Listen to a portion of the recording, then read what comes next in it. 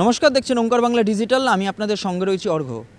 চলতি বছরে চৌঠমের পরে রাজ্যে ঘটেছে পালাবদল। সেই পালাবদলের পরবর্তীকালে জোড়াফুল শিবির অর্থাৎ তৃণমূল কংগ্রেস যে দলটি সেটি ভেঙে টুকরো টুকরো হয়ে গিয়েছে। মোট দুটি ভাগে ভাগ হয়েছে। একটি দল কালীঘাটপন্থী অর্থাৎ মমতা বন্দ্যোপাধ্যায়পন্থী তৃণমূল, অন্যটি হচ্ছে ঋতব্রতপন্থী তৃণমূল।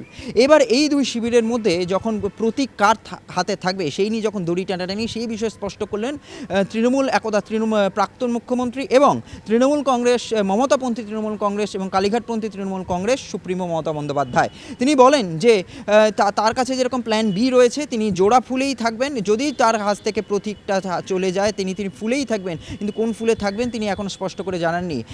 এবং এই বিষয়ে তৃণমূল কংগ্রেস বিধায়ক, মমতাপন্থী তৃণমূল কংগ্রেস বিধায়ক কুণাল ঘোষ জানিয়েছেন যে তৃণমূল কংগ্রেস মানে মমতা বন্দ্যোপাধ্যায় মানে তৃণমূল কংগ্রেস। কিন্তু এক্ষেত্রে তিনি যে বলেন যে প্রতীক যদি তার কাছ থেকে হারিয়ে যায় তিনি ফুলেই থাকবেন, কিন্তু তিনি দল প্রতিষ্ঠা করেছিলেন, সেই বিষয়ে তিনি দলের বাইরে তিনি কোনো কাজ করতে চান না। এই বিষয়ে প্রসঙ্গত বলে রাখি যে 1997 সালে তৎকালীন কংগ্রেস থেকে বেরিয়ে এসে মমতা বন্দ্যোপাধ্যায় তৃণমূল কংগ্রেস দলটি প্রতিষ্ঠা করেছিলেন। তারপর থেকেই তিনি একদা 34 বছরের বাম শাসনকে পর্যুদস্ত করে কার্যত রাজ্যের মসনদে বসেছিলেন। তার পরবর্তীকালে 2026 সাল থেকে এসে তিনি প্রাক্তন মুখ্যমন্ত্রী হয়ে যান এবং রাজ্যে ক্ষমতায় আসে বিজেপি, শুভেন্দু অধিকারী।